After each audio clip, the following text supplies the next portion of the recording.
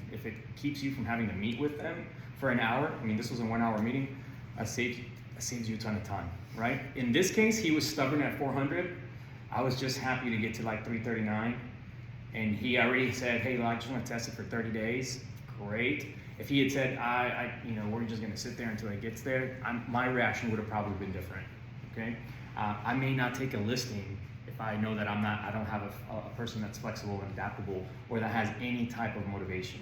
That's the absolute worst client to have. All right.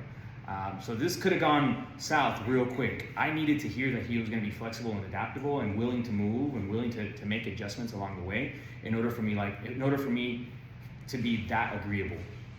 But if he had said it's 350 or 360 or else you're fired, I hear those conversations with you guys all the time.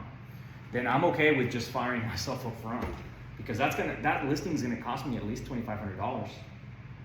If you're doing it right, if you're spending the time, if you're spending the money on your marketing, you're spending at least that much, guys.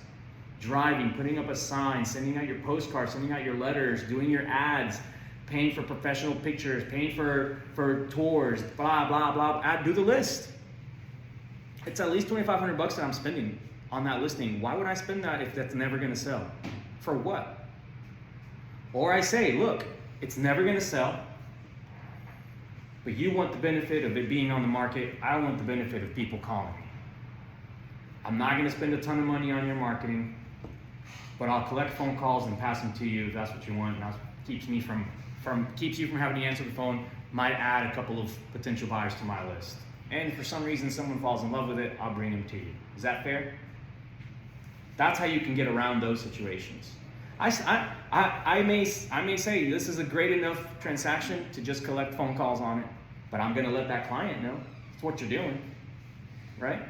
Or if it's a person that's not gonna ever sell and I really don't wanna work it and it's a junk deal and I'm not gonna get a phone call on it, I may say it's probably better if I recommend someone else to you.